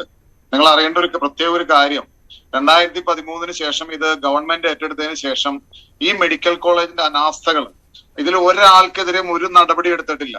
അതായത് ഷംന എന്ന് പറയുന്ന ഒരു പെൺകുട്ടി അവിടെ ചികിത്സാ പിഴവ് മൂലം മരിച്ചു. അവിടെ തന്നെ ഉള്ള ഒരു മെഡിക്കൽ വിദ്യാർത്ഥിയായിരുന്നു. അന്ന് അവിടെ അതിന് ചികിത്സയ്ക്ക് നേതൃത്വം കൊടുത്തൊരു ഡോക്ടറിനെ 10 ദിവസം സസ്പെൻഡ് ചെയ്ത് നിർത്തിയതല്ലാതെ അതിനോട് ബന്ധപ്പെട്ട ഒരാൾക്ക് അതിന്റെ കുറ്റപത്രം പോലും ഇപ്പൊ കൃത്യമായിട്ട് കോടതിയിൽ സമർപ്പിച്ചിട്ടുള്ളൂ എന്നാണ് എനിക്കറിയുന്നത്. ഇപ്പോഴാണ് അതിന്റെ കുറ്റപത്രം സമർപ്പിച്ചിരിക്കുന്നത്, അതും കൃത്യമായ രേഖകളായിട്ടില്ല. അതുപോലെ തന്നെ ഒത്തിരി മരണങ്ങൾ ചികിത്സാ പിഴവ് മൂലം. അപ്പൻഡീസ് ആയിട്ട് ഒരു പയ്യനുണ്ടായിരുന്നു, ജെറോം മൈക്കിൾ. ആ ജെറോം മൈക്കിള് നമുക്കറിയാം, ഈ അടുത്തവിടെ ഒരു വിവാദം ഉണ്ടായിരുന്നു, ഒരു ലിഫ്റ്റിന്റെ വിവാദം. ആ ജെറോം മൈക്കിള് അപ്പൻഡീസ് ആയിട്ട് വന്നിട്ട് അദ്ദേഹത്തിനെ മുകളിലേക്ക് ബെഡ്ഷീറ്റിൽ പൊതിഞ്ഞു കൊണ്ടുപോയി 4 പേര് കൂടി അവരെ ബൈസ്റ്റാൻഡേഴ്സ് കൊണ്ടുപോയും തിരിച്ചിറക്കുകയും ചെയ്ത് അങ്ങനെ അപ്പൻഡീസ് ആയിട്ട് ആ പയ്യൻ മരണപ്പെട്ടു, ഒരു ചെറുപ്പക്കാരൻ. അപ്പൊ അതുപോലെ നിരന്തരമായ വീഴ്ചകൾ ഈ ഗവൺമെന്റ് ഏറ്റെടുത്തതിന് ശേഷം ഒരു ലോബിയാണ്. ഈ സൂപ്രണ്ട് നേരത്തെ ആർഎംഒ ആയിരുന്നപ്പോഴാണ് ഈ മരണങ്ങളെല്ലാം ഉണ്ടായിരിക്കുന്നത്. അതിനുശേഷം ഇദ്ദേഹം ഇപ്പോഴും സൂപ്രണ്ട് ഇൻചാർജ് ആണ്. ഒരു പെർമനന്റ് ആയിട്ട് ഒരു സൂപ്രണ്ട് അവിടെ വന്നിട്ടില്ല. അതുപോലെ ഈ അനിൽകുമാറും ഒരു താൽക്കാലിക ജീവനക്കാരനാണെന്ന് ഞാൻ അറിഞ്ഞിരുന്നത്. പിന്നെ ഇപ്പൊ പറയുന്ന നമ്മൾ ഈ പറഞ്ഞ രഹന കളമശ്ശേരി നഗരസഭയുടെ ജീവനക്കാരിയാണ്. രഹനയുടെ ഉത്തരവാദിത്തമാകെ അവിടെ നിന്ന് നൽകുന്ന സർട്ടിഫിക്കറ്റുകൾ, അതായത് അവിടുത്തെ വെരിഫിക്കേഷൻ എല്ലാ ഡിപ്പാർട്ട്മെന്റുകളും ചെയ്ത് കഴിഞ്ഞ് അത് കൃത്യമായിട്ട് നഗരസഭയുടെ സൈറ്റിലേക്ക് അപ്ലോഡ് ചെയ്യുന്ന ഒരു മീഡിയേറ്റർ മാത്രമാണ് രഹന. ഈ സർട്ടിഫിക്കറ്റിൽ ഒരു ഡോക്ടർ സൈൻ ചെയ്യണം. ആ ഡോക്ടർ സൈൻ ചെയ്തിട്ടുണ്ടല്ലോ, ഇവർക്ക് കൊടുത്ത സർട്ടിഫിക്കറ്റിൽ ഡോക്ടർ സൈൻ ചെയ്തിട്ടുണ്ട്. ആ ഡോക്ടർക്കെതിരെ അന്വേഷണം വേണ്ടേ? അദ്ദേഹം ചെയ്തിട്ടുണ്ടോ? ആ ഡോക്ടറാണ് ചെയ്തത് അല്ലെങ്കിൽ അനിൽകുമാറാണ് ഇത് ചെയ്തതെന്ന് അന്വേഷിക്കണ്ടേ? അതുപോലെ തന്നെ ഈ കുട്ടി ഏതാണെന്ന് അന്വേഷിക്കണ്ടേ? ഇതില് ഈ Kalamassery medical college, government medical college എന്ന് പറഞ്ഞാല് ഇതൊരു രാഷ്ട്രീയവൽക്കരിച്ചു പോവാണ്. ഇവിടെ എല്ലാം രാഷ്ട്രീയക്കാരുടെ കീഴിലാണ്. ഇത് ഭരണകക്ഷിയുടെ ഏറ്റവും വലിയ വീഴ്ചയാണ്. നിങ്ങൾക്കറിയാലോ, ഒരു മന്ത്രി ഉണ്ടല്ലോ ഇവിടെ, കളമശ്ശേരിയിൽ ഒരു മന്ത്രിയില്ലേ? ഈ മന്ത്രിയുടെ മൂക്കിന് താഴെയാണ് മെഡിക്കൽ കോളേജ്. ഇത്രയും അനാസ്ഥകൾ നടന്നിട്ട് മന്ത്രി തലത്തിൽ എന്ത് നടപടികളാണ് എടുത്തിരിക്കുന്നത്? ഇപ്പൊ ഗണേഷ് മോഹൻ സൂപ്രണ്ട് ഇൻചാർജാണ്. അദ്ദേഹം ആരംഭം ഇരുന്ന സമയത്തുണ്ടായിരുന്ന പ്രശ്നങ്ങള്, അതിനുശേഷം ഇപ്പൊ നടക്കുന്ന പ്രശ്നങ്ങള്, തുടർച്ചയായിട്ടുള്ള വീഴ്ചകള്. അതായത് ഇത് ഏറ്റവും കൂടുതൽ നമ്മൾ മനസ്സിലാക്കേണ്ടത് സാധാരണക്കാരായ ആളുകൾ ഏറ്റവും കൂടുതൽ അപ്രോച്ച് ചെയ്യുന്ന ഒരു സ്ഥാപനമാണ് ഈ മെഡിക്കൽ കോളേജ്. ഇവിടെ ഇപ്പോഴും ഞാൻ പറയല്ലോ, നേരത്തെ അവിടെ ന്യൂറോളജി ഡിപ്പാർട്ട്മെന്റ് ഉണ്ടായിരുന്നു, ഇപ്പൊ ന്യൂറോളജി സർജൻ ഇല്ല. അതുപോലെ യൂറോളജി ഡിപ്പാർട്ട്മെന്റ്, ഇത് മെഡിക്കൽ കോളേജ് എന്ന് പറഞ്ഞിട്ട് ഈ പ്രാവശ്യം തന്നെ കേന്ദ്ര ഗവൺമെന്റിൽ നിന്ന് 23 കോടി രൂപ കൊടുത്തിട്ടുണ്ട്, 23 ലക്ഷം കോടി കൊടുത്തിട്ടുണ്ട്. എന്തിനു വേണ്ടി? ആക്സിഡന്റ് കൊണ്ട്. പക്ഷെ ഇതേ രീതിയിൽ ഈ അടുത്ത് തന്നെ നമ്മളറിയാം, ഒരു കോവിഡ് പേഷ്യന്റിന്റെ മാസ്ക് മാറി വച്ചത്, അവിടെ നഴ്സിംഗ് സൂപ്രണ്ടിന്റെ ഫോൺ സന്ദേശം, ഇതെല്ലാം വരുന്നിട്ട് ഇവർക്കെതിരെ ആരെങ്കിലും ഒരു 10 ദിവസം ഈ ജോലിയിൽ നിന്ന് മാറ്റി നിർത്തല്ലാതെ ഈ സൂപ്രണ്ടോ അല്ലെങ്കിൽ ഇതിനോട് ബന്ധപ്പെട്ട മന്ത്രിയോ ആരെങ്കിലും എന്തെങ്കിലും നടപടി എടുത്തിട്ടുണ്ടോ? ഇവര് അന്വേഷണം എന്ന് പറഞ്ഞു. ഇതിന്റെ ഞാൻ നോക്കിയിട്ട് ഈ കുട്ടിയെ ദത്തെടുത്താരാണ്. ഈ കുട്ടി ഇവിടെ തന്നെ പ്രസവിച്ചാണെന്ന് പറയുന്നുണ്ട്. ഈ കുട്ടി ഇവിടെ തന്നെ പ്രസവിച്ച കുട്ടിയാണെന്ന് പറയുന്നുണ്ട്. അപ്പൊ ഇതിന്റെ അന്വേഷണം നടത്തേണ്ടത് ശരിക്കും പറഞ്ഞ ഈ സംസ്ഥാന സ്റ്റേറ്റ് പോലീസ് അന്വേഷിച്ചിട്ട് കാര്യമില്ല. കാരണം ഇതിനു മുമ്പുണ്ടായിരുന്ന അന്വേഷണങ്ങൾ ഒന്നും എത്തിയിട്ടില്ല. അപ്പോഴും പ്രതികൾ ഇവരൊക്കെ തന്നെയാണ്. ഇപ്പോഴും ഈ ഭരണത്തിരിക്കുന്ന ആളുകൾ തന്നെയാണ് അന്നും ഭരണത്തിലിരിക്കുന്നത്. ഈ സൂപ്രണ്ട് RMO എന്നുള്ള ആള് ഈ സൂപ്രണ്ട് ഇൻചാർജായി, അത്രേ അവിടെ വന്നിട്ടുള്ളൂ. അനാസ്ഥ എന്ന് പറയുന്നത് നമുക്കറിയാം. മാധ്യമങ്ങളെ പോലും അതിന്റെ അകത്ത് കയറ്റാറില്ല. പ്രാദേശികമായ മാധ്യമങ്ങളെ പോലും അകത്തില്ല. കാരണം അവർ അന്വേഷിച്ച കണ്ടുപിടിക്കും. നിങ്ങൾ അന്വേഷിച്ചോളൂ. അപ്പൊ ഇതെന്ന് പറയുന്ന ഒരു ഗൂഢസംഘമാണ്. ഈ അനിൽകുമാർ മാത്രമല്ല, ഇതിന് ബന്ധപ്പെട്ടിട്ടുള്ള പല ആളുകളും ഇതിന്റെ ഒപ്പം ഉണ്ടെന്നുള്ളത് നമുക്ക് കൃത്യമായിട്ട് അറിയാം. അല്ല, ഈ രഹന തന്നെ പറഞ്ഞ പ്രധാനപ്പെട്ട ഒരു കാര്യം, ഈ രഹനയെ സൂപ്രണ്ട് ഓഫീസിൽ നിന്ന് മറ്റൊരു വനിതയാണ് വിളിച്ച് ഭീഷണിപ്പെടുത്തുന്നത്. കുടുക്കുമെന്നാണ് പറയുന്നത്. താൻ ഈ സർട്ടിഫിക്കറ്റ് കീറിക്കളഞ്ഞു എന്ന് സൂപ്രണ്ടിനോട് പറയണമെന്നാണ് പറയുന്നത്. അപ്പോൾ ഈ അനിൽകുമാറിൽ മാത്രം ഒതുങ്ങുന്ന ഒന്നല്ല. അനിൽകുമാറുമായി ബന്ധപ്പെട്ട് പ്രവർത്തിക്കുന്ന ഒരുപാട് ആളുകൾ കാണും. ഇതിന് പിന്നിൽ സാമ്പത്തിക ഇടപാടുകൾ കാണും, വലിയ റാക്കറ്റ് കാണും. ഇതിന് മുൻപും ഇത്തരം സർട്ടിഫിക്കറ്റുകൾ ഈ ആശുപത്രിയിൽ നിന്ന് ഉൽപ്പാദിപ്പിച്ച് നൽകിയും കാണും. അല്ല, അത് തന്നെ ഇപ്പൊ നമ്മളൊരു സർട്ടിഫിക്കറ്റ് പുറത്തു വന്നല്ലോ, മെഡിക്കൽ സർട്ടിഫിക്കറ്റ്. മന്ത്രിയുടെ PS-ന്റെ മകൻ സാരംഗ് സഞ്ജീവ്, അങ്ങനെ അത് പറഞ്ഞിട്ട് ഒരു സർട്ടിഫിക്കറ്റ് മാധ്യമങ്ങളിൽ വന്നല്ലോ. അത് കൊടുത്തിരിക്കുന്നത് എന്നാണ്? ജനുവരിയിലാണ് ഈ സംഭവം. അവർ അഡ്മിറ്റ് ചെയ്തിരിക്കുന്ന 20-ാം തീയതി തിരുവനന്തപുരത്തുള്ള ആൾക്കാണ് കൊടുത്തിരിക്കുന്നത്. അതില് നമ്മളെ വാട്സപ്പ് മെസ്സേജ് നോക്കിയാൽ അറിയാം, ജനുവരിയിലാണ് ആ മെസ്സേജ് പാസ് ചെയ്തിരിക്കുന്നത്. അതായത് ഡിസംബറിൽ നടന്ന സംഭവം, 20 ഡിസംബറിൽ നടന്ന സംഭവത്തിന്റെ സർട്ടിഫിക്കറ്റ് കൊടുക്കാൻ ഈ ഗണേഷ് മോഹൻ അനിൽകുമാറിന് മെസ്സേജ് കൊടുക്കുന്നു ജനുവരിയില്. ഈ ജനുവരിയിൽ തന്നെ ഈ ഡോക്ടർ സൈൻ ചെയ്ത് ഒരു ദിവസം അഡ്മിറ്റ് ആയ കേസ്. ഒരു ദിവസം ഇവിടെ അഡ്മിറ്റ് ആവുന്ന തിരുവനന്തപുരത്തുള്ള ഒരാൾ ഇവിടെ വന്ന് എന്തിനു അഡ്മിറ്റ് ആയി? അതിൽ എഴുതിയിരിക്കുന്നത് ഫീവർ ആൻഡ് ഹെഡേക്ക്, അങ്ങനെ എന്താണ്, ത്രോട്ട് ഇൻഫെക്ഷൻ, ഇതൊക്കെയാണ് പറഞ്ഞിരിക്കുന്നത്. ഒരു കോവിഡ് പേഷ്യന്റ് ആണ്. എന്തിനു വേണ്ടിയിട്ട്? ഇത് കൃത്യമായിട്ട് ഒരു ബോധ്യപ്പെടുത്തണ്ടേ? അല്ല, അതിന്റെ മറുപടി ഗണേഷ് മോഹൻ പറയട്ടെ. ശ്രീ ഗണേഷ് മോഹൻ, ഇവിടെ MLA-മാർ, അനിൽകുമാറിന്റെ തന്നെ ആരോപണമാണ്, MLA-മാരുടെ കത്തുമായി ഒരുപാട് പേർ വരുന്നു. ആരോഗ്യമന്ത്രിയുടെ പ്രൈവറ്റ് സെക്രട്ടറിക്ക് താങ്കൾ ഇടപെട്ട് മെഡിക്കൽ സർട്ടിഫിക്കറ്റ് നൽകുന്നു. അത് ഈ താങ്കളുടെ ഇടപെടൽ ഇതിനു മുൻപും ഇത്തരം കാര്യങ്ങൾ ഉണ്ടായിട്ടുണ്ടെന്നും താങ്കളുടെ നിർദ്ദേശപ്രകാരം ഇത്തരം ഒരുപാട് രേഖകൾ ഇത്തരത്തിൽ നൽകിയിട്ടുണ്ട് എന്നും അനിൽകുമാറിന്റെ ആരോപണം ഗൗരവമുള്ളതാണ്. അതങ്ങനെ തള്ളിക്കളയാൻ പറ്റില്ല.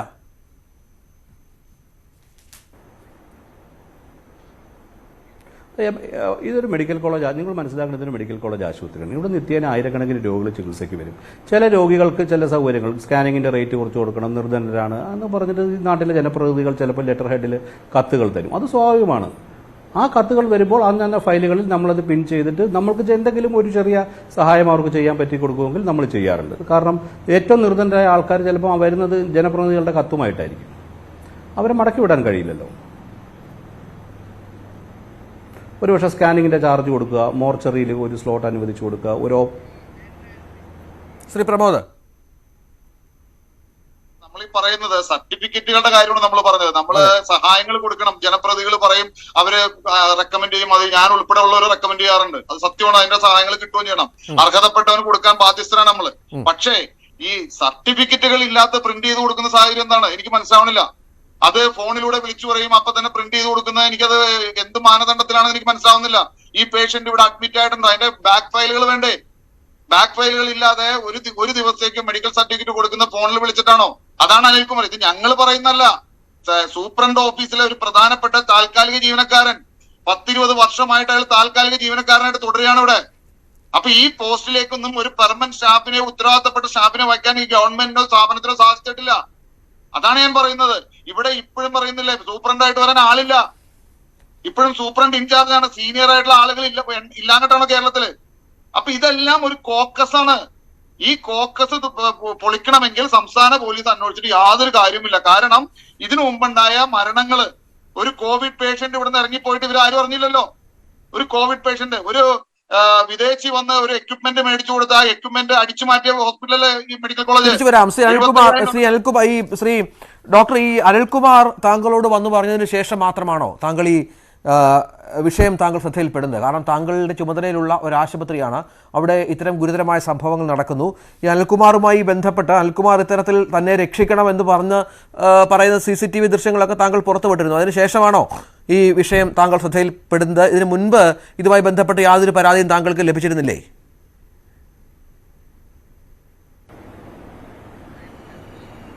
അതെ, എൻ്റെ ശ്രദ്ധ 3-ാം തീയതി രാവിലെ ഒരു 8:20 എനിക്കൊരു മെസ്സേജ് ലഭിക്കുന്നു.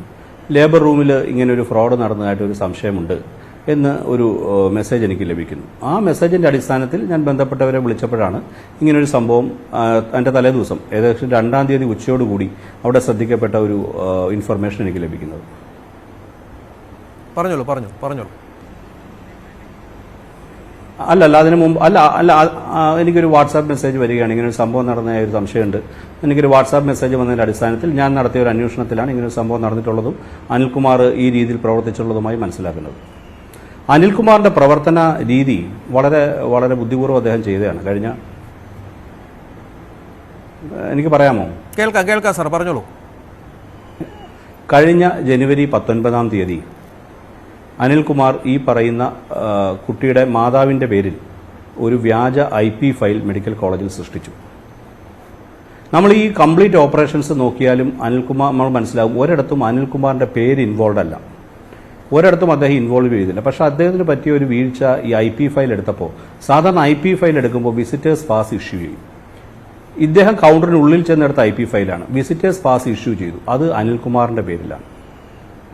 ഈ ഒരു ഒറ്റ ഡോക്യുമെന്റിൽ മാത്രമാണ് അനിൽകുമാറിന്റെ പേരുള്ളത്. ബാക്കി നമുക്കുള്ളത് CCTV ദൃശ്യങ്ങളാണ്. ഇദ്ദേഹം എന്നിട്ട് ചെയ്തത് നമ്മുടെ ദൃശ്യം സിനിമ മോഡലിൽ നമ്മളുടെ ലേബർ റൂമിലും നമ്മുടെ MRDയിലെ ഉള്ള സ്റ്റാഫിനെ ഇദ്ദേഹത്തിന്റെ തിരുവനന്തപുരത്ത് ജനന മരണ സർട്ടിഫിക്കറ്റ് സംബന്ധിച്ച ഒരു ട്രെയിനിങ് ഉണ്ട് എന്ന് നിരന്തരം കഴിഞ്ഞ 3 ആഴ്ചയായി ഇവരോട് സംസാരിച്ച് ഇവരെ ആ ഒരു ബോധ്യത്തിലേക്ക് എത്തിച്ചു. എന്നിട്ട് അതിന്റെ അടിസ്ഥാനത്തിൽ അദ്ദേഹം ഈ ഫോം എങ്ങനെ ഫില്ല് ചെയ്യണമെന്ന് പഠിച്ചു. പിന്നെ ഒരാഴ്ച മുമ്പോ 4-5 ദിവസം മുമ്പ് ലേബർ റൂമിൽ ഇൻചാർജ് സിസ്റ്റർ അടുത്ത് പോയിട്ട് ഇതേ ട്രെയിനിങ്ങിന് പോകാൻ ആവശ്യത്തിലേക്കായി ഈ ലേബർ റൂമിൽ നിന്ന് ബർത്ത് ഫോം കൊടുക്കണം, 2 ദിവസം കഴിഞ്ഞ് തിരികെ നൽകാമെന്ന് ആവശ്യപ്പെട്ടു.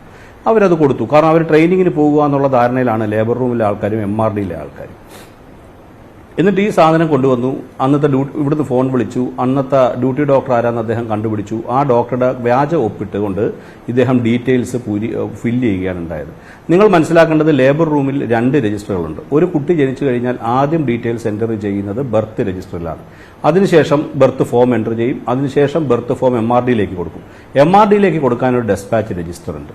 MRDയിൽ ഈ ഫോം ചെല്ലുന്നു. MRD എന്ന് പറഞ്ഞാൽ മെഡിക്കൽ റെക്കോർഡ്സ് ഡിപ്പാർട്ട്മെന്റ്. അവിടെ ഒരു മെഡിക്കൽ റെക്കോർഡ്സ് ഒരു ഗസറ്റഡ് ഓഫീസർ റാങ്കിലുള്ള ഒരു ഉദ്യോഗസ്ഥനുണ്ട്, മറ്റ് അസിസ്റ്റന്റ്മാരുണ്ട്. അവരിത് വെരിഫൈ ചെയ്തതിനു ശേഷം മാത്രമേ ഈ ജനന മരണ കിയോസ്കിലേക്ക് ഈ ഫോം പാസ് ചെയ്യത്തുള്ളൂ. കിയോസ്കിലെ ജീവനക്കാരി ഒരു ഡാറ്റ എൻട്രി ഓപ്പറേറ്റർ മാത്രമാണ്. ഈ MRDയിൽ നിന്ന് സാങ്ഷനായി വരുന്ന ഫോമുകൾ മാത്രമേ ജീവനക്കാരി കമ്പ്യൂട്ടറിൽ എൻ്റർ ചെയ്യാവുള്ളൂ.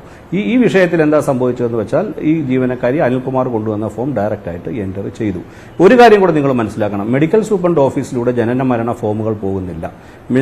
ജനന മരണ ഫോമുകൾ കൈകാര്യം ചെയ്യപ്പെടുന്നത് മെഡിക്കൽ സൂപ്രണ്ടിന്റെ ഓഫീസിലല്ല, അത് മെഡിക്കൽ റെക്കോർഡ് സൂപ്രണ്ടിന്റെ ഓഫീസിലാണ്.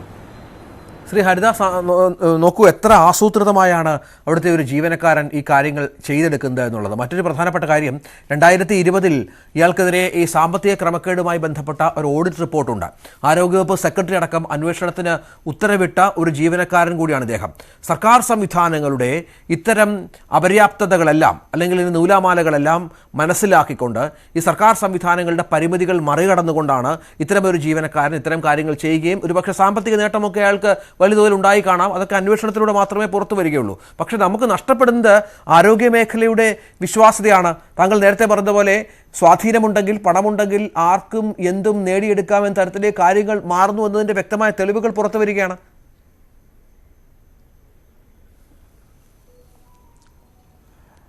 സാധാരണക്കാരനൊരു നീതി, സ്വാധീനവും പണവും ഉള്ളവന് മറ്റൊരു രീതി. കേരളത്തിൻ്റെ ഇന്നത്തെ അവസ്ഥ അതാണ്. അപ്പോൾ ശ്രീ പ്രമോദ് ഇവിടെ പറഞ്ഞിട്ടുള്ളതിൻ്റെ ബാക്കി തുടർച്ചയായിട്ട് പറയുകയാണെങ്കിൽ മറ്റൊരു കാര്യം കൂടിയുണ്ട്. ഈ അനിൽകുമാറിനെ നാളെ സസ്പെൻഡ് ചെയ്ത് കഴിഞ്ഞ് കഴിഞ്ഞാൽ കേവലം 6 മാസത്തിനുള്ളിൽ അദ്ദേഹത്തിനെ തിരിച്ചെടുക്കണം. അദ്ദേഹം നമ്മൾ ഇതേ മെഡിക്കൽ കോളേജിലെ മറ്റൊരു ഡിപ്പാർട്ട്മെൻറ്റിൽ ഒരു പക്ഷേ ഡിപ്പാർട്ട്മെൻ്റ് ഒന്ന് മാറിക്കൊടുക്കും, അല്ലെങ്കിൽ മറ്റൊരു മെഡിക്കൽ കോളേജിലേക്ക് മാറ്റും. കുറച്ചും കൂടി ഉയർന്ന തസ്തികയിലിരുന്ന് ജോലി ചെയ്യുന്നത് നമ്മൾ കാണേണ്ടി വരും. അപ്പോൾ ഇവിടെ ഇപ്പോൾ സൂപ്രണ്ട് പറഞ്ഞിട്ടുള്ള കാര്യം എന്താ? ഇദ്ദേഹത്തിന് ഇപ്പോൾ രഞ്ജിത്തും പറഞ്ഞു, പണം ക്രയവിക്രയം ചെയ്യുന്നതുമായിട്ടുള്ള ക്രമക്കേടിൽ ഇദ്ദേഹത്തിനെതിരെ ഓഡിറ്റ് റിപ്പോർട്ട് ഉണ്ടായിരുന്നു. അങ്ങനെയുള്ള ഒരു വ്യക്തിയെ എങ്ങനെയാണ് ഈ ആശുപത്രിയിൽ വീണ്ടും ജോലിക്ക് ഇരുത്തുന്നത് എന്ന് ചോദിച്ചു കഴിഞ്ഞാൽ അതിന് ഒറ്റ മറുപടിയേ ഉള്ളൂ: ട്രേഡ് യൂണിയൻ്റെ പിൻബലം. ഇത്തരം കാര്യങ്ങൾക്ക് ചെയ്യുന്നവർക്ക്, സർക്കാർ ജോലി ചെയ്യുന്നവർക്ക് ട്രേഡ് യൂണിയനിസത്തിൻ്റെ വലിയൊരു കൊട പിടിച്ചുകൊണ്ടാണ് ഇവരിത് ചെയ്യുന്നത്. കാരണം ഇവർക്കെതിരെ ഇപ്പോൾ ഈ സൂപ്രണ്ട് പറഞ്ഞ് കൈ കഴുകുന്നത് അദ്ദേഹത്തിനോട് പൂർണ്ണമായിട്ടൊന്നും എനിക്ക് യോജിക്കാൻ പറ്റിയിട്ടില്ലെങ്കിലും സൂപ്രണ്ടിനൊന്നും ഇവർക്കെതിരെ ഒന്നും ഒരു നടപടി എടുക്കാൻ പറ്റില്ല. ഞാൻ വിഷയം കാട് കയറിയല്ല. ഈയിടെ ഒരു PWDയിലെ എക്സിക്യൂട്ടീവ് എഞ്ചിനീയർ പറഞ്ഞത് അവിടുത്തെ ഒരു ഡ്രൈവർക്കെതിരെ നടപടിയെടുത്തതിന് അദ്ദേഹത്തിനെ സ്ഥലം മാറ്റി എന്നാണ് പറയുന്നത്. അപ്പോൾ ഡ്രൈവറുടെ പിടിപാട് എത്ര വലുതാണ്? അപ്പോൾ ഇതൊക്കെയാണ് ഇവിടുത്തെ ഞാൻ നേരത്തെ പറയുമ്പോഴേക്കും രഞ്ജിത്ത് വേറെ വിഷയത്തിലേക്ക് കടന്നു. നമ്മുടെ സർക്കാരിൻ്റെ വ്യവസ്ഥിതി അങ്ങേയറ്റം മോശമാണ്. കെടുകാര്യസ്ഥതയും കൊള്ളരുതായ്മയും അങ്ങേയറ്റം ഈ പിണറായി വിജയൻ സർക്കാരിൻ്റെ മുഖമുദ്രയാണ്. നമ്മുടെ ആരോഗ്യ വകുപ്പ് അങ്ങേയറ്റം കുത്തഴിഞ്ഞ് കിടക്കുകയാണ്. അതിൻ്റെ കുറേ ഉദാഹരണങ്ങളിലാണ്. അതായത് നമ്മൾ പറയില്ലേ, അവിഹിതമായി പിറന്ന കുഞ്ഞിനെ പാർട്ടിയുടെ മുഖം രക്ഷിക്കാൻ വേണ്ടിയിട്ട് വീട്ടിലേക്ക് പ്രസവിച്ചിട്ട് കൊണ്ടുപോകുമ്പോൾ കാറിൽ നിന്നും പിടിച്ചെടുത്ത് കൊണ്ടുപോയി CWCയിൽ ഏൽപ്പിക്കുന്നു. അവിടുന്ന് ആ കുഞ്ഞിനെ ദത്ത് കൊടുക്കുന്നു. ഇത് കേട്ട ആൾക്കാരെന്താ വിചാരിക്കുക? കേരളത്തിൽ നടന്നൊരു സംഭവമാണ്. പിന്നീടുണ്ടായ പുകിലൊക്കെ നിങ്ങൾക്കറിയാം. അപ്പം നമ്മുടെ നാട്ടിലെ പണവും സ്വാധീനവും രാഷ്ട്രീയ സ്വാധീനം പ്രത്യേകിച്ചുള്ളവർക്ക് എന്തും ചെയ്യാവുന്ന അവസ്ഥയാണ്. അതിൻ്റെ അവസാനത്തെ ഉദാഹരണമാകട്ടെ ഈ കളമശ്ശേരി മെഡിക്കൽ കോളേജിൽ നടന്നത് എന്ന് ആശ്വസിക്കുകയല്ലാതെ ഇതൊന്നും ഇനി തുടർന്ന് നടക്കില്ലെന്ന് വിശ്വസിക്കാനൊന്നും നമുക്കൊന്നും സാധിക്കില്ല. കാരണം അത്രയും മോശമായ സാഹചര്യത്തിലാണ് ഈ വിഷയം പോകുന്നത്.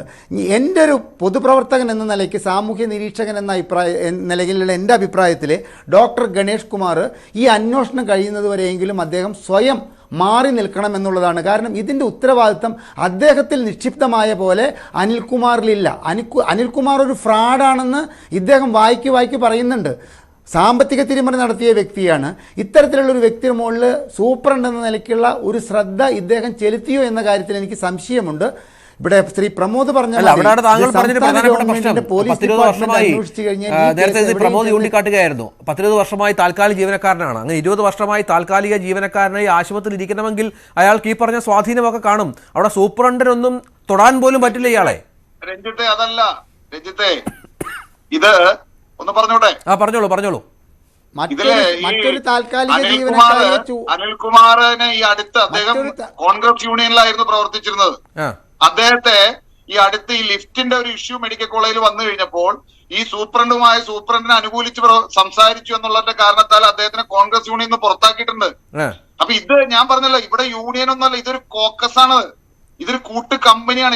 ഒരു സ്വന്തം സ്ഥാപനം പോലെ, പൊതുജനങ്ങൾക്ക് വേണ്ട ഒരു സ്ഥാപനം, സ്വന്തം സ്ഥാപനം പോലെ സ്വന്തം ആളുകളെ വച്ചുകൊണ്ട് ഇത് മുതലെടുത്തോണ്ടിരിക്കുകയാണ്.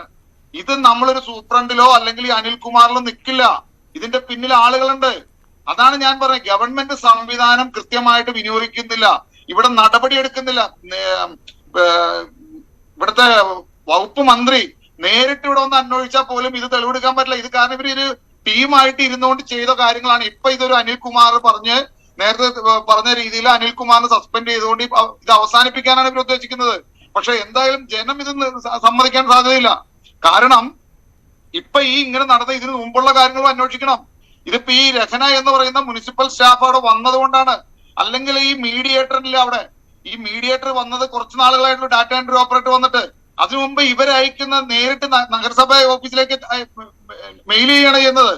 അപ്പൊ ഇവിടെ ഒരു വ്യക്തി വന്നുകൊണ്ട് മാത്രമാണ് ഇത് പിടിക്കപ്പെട്ടത്. അല്ലെങ്കിൽ അതും സംഭവിക്കില്ല. കാരണം ഇവിടുത്തെ ഒരു ഉദ്യോഗസ്ഥൻ അല്ലെങ്കിൽ ഡോക്ടർ വെരിഫൈ ചെയ്ത് ഡോക്ടർ അറ്റസ്റ്റ് ചെയ്ത സാധനമാണ് നമുക്ക് നഗരസഭയിലേക്ക് അയക്കുന്നത്. അപ്പൊ അത്രയും ക്രമക്കേടുകളോട് നടക്കുന്നുണ്ട്. അത് അത്ര ഉറപ്പായതുകൊണ്ടാണ് അനിൽകുമാർ അത് ഇനിഷ്യേറ്റീവ് എടുത്തേക്കുന്നത്. നമുക്കറിയണ്ടേ ഈ അനൂപും അനിൽകുമാറും തമ്മിൽ എന്താണ് ബന്ധം? അനൂപ് കുമാർ എന്ന് പറയുന്നത് കുട്ടിയുടെ അച്ഛൻ. ആരാണ് അനിൽകുമാറിനെ പരിചയപ്പെടുത്തിയത്? അനിൽകുമാർ പറയുന്നത് സൂപ്രണ്ടാന്നാണ് പറയണേ. നമ്മൾ ആരെ വിശ്വാസം എടുക്കും? സൂപ്രണ്ട് പറയുന്നു ഇയാള് വളരെ മോശമായ രീതിയിൽ പെരുമാറുന്ന ഒരാളാണ്, ക്രമക്കേടുള്ള ആളാണ്. എന്തുകൊണ്ട് സൂപ്രണ്ട് ഓഫീസിൽ തന്നെ ഇയാളെ പോസ്റ്റ് ചെയ്തു? എന്തുകൊണ്ട് ഇയാളെ പോസ്റ്റ് ചെയ്തേക്കണു? വേറെ എന്തൊക്കെ പോസ്റ്റുകളുണ്ട്?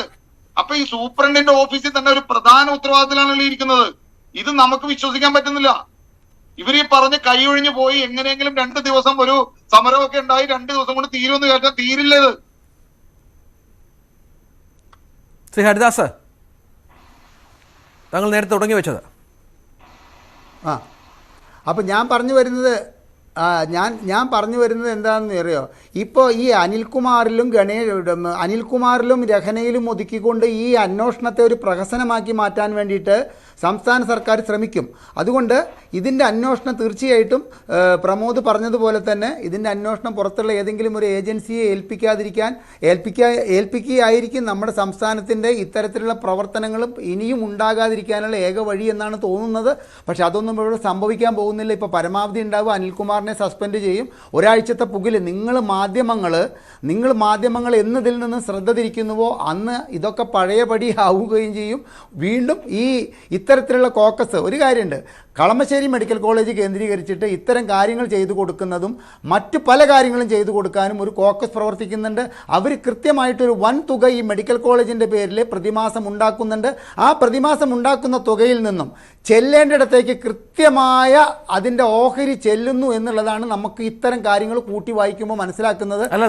കളമശ്ശേരി മെഡിക്കൽ കോളേജിൽ മാത്രം ഒതുക്കി നിർത്താവുന്ന ഒരു കാര്യമല്ലല്ലോ. കാരണം സംസ്ഥാനത്തെ പല മെഡിക്കൽ കോളേജുകളിലും ഇത്തരം പ്രസവങ്ങൾ നടക്കുന്നുണ്ട്. ഇത്തരം കുട്ടികളുടെ കൈമാറ്റമൊക്കെ സ്വാഭാവികമായി സംഭവിക്കുന്നുണ്ട്. അപ്പോൾ മിക്ക മെഡിക്കൽ കോളേജുകളിലും ഇത്തരം ഇടനിലക്കാരും കോക്കസുകളും ഒക്കെ ഉണ്ടാകും. അപ്പോൾ ഇതിൻ്റെ ഒരു സമഗ്രത, അന്വേഷണത്തിൻ്റെ അതിൻ്റെ വ്യാപ്തി വളരെ വലുതാകും.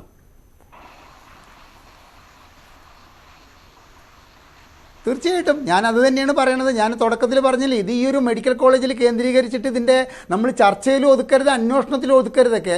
കേരളത്തിലെ ജില്ലാ ആസ്പത്രികൾ അതുപോലെ തന്നെ കേരളത്തിലെ മറ്റ് സർക്കാർ മെഡിക്കൽ കോളേജുകൾ അവിടെയൊക്കെ ഇതിൻ്റെ അന്വേഷണ പരിധിയിൽ കൊണ്ടുവരണം. എന്നിരുന്നാലും എത്ര കാര്യങ്ങൾ കഴിഞ്ഞിട്ടുണ്ട്, ഇനി എത്ര ഇവർ ചെയ്യാൻ വേണ്ടി പ്ലാൻ ചെയ്യുന്നുണ്ട്, ആരൊക്കെയാണ് ഈ കോക്കസിന് പിന്നിൽ, ഏതൊക്കെ രാഷ്ട്രീയ നേതാക്കൾക്ക് പങ്കുണ്ട്, ഏതൊക്കെ ഡോക്ടർമാർക്ക് പങ്കുണ്ട്.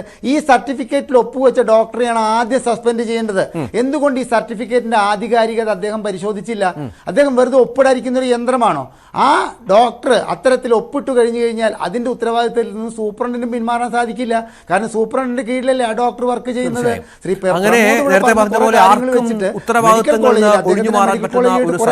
പക്ഷേ ഇനിയും ഇതുമായി ബന്ധപ്പെട്ട നിരവധി കാര്യങ്ങൾ പുറത്തു വരേണ്ടത് കൂടിയുണ്ട്.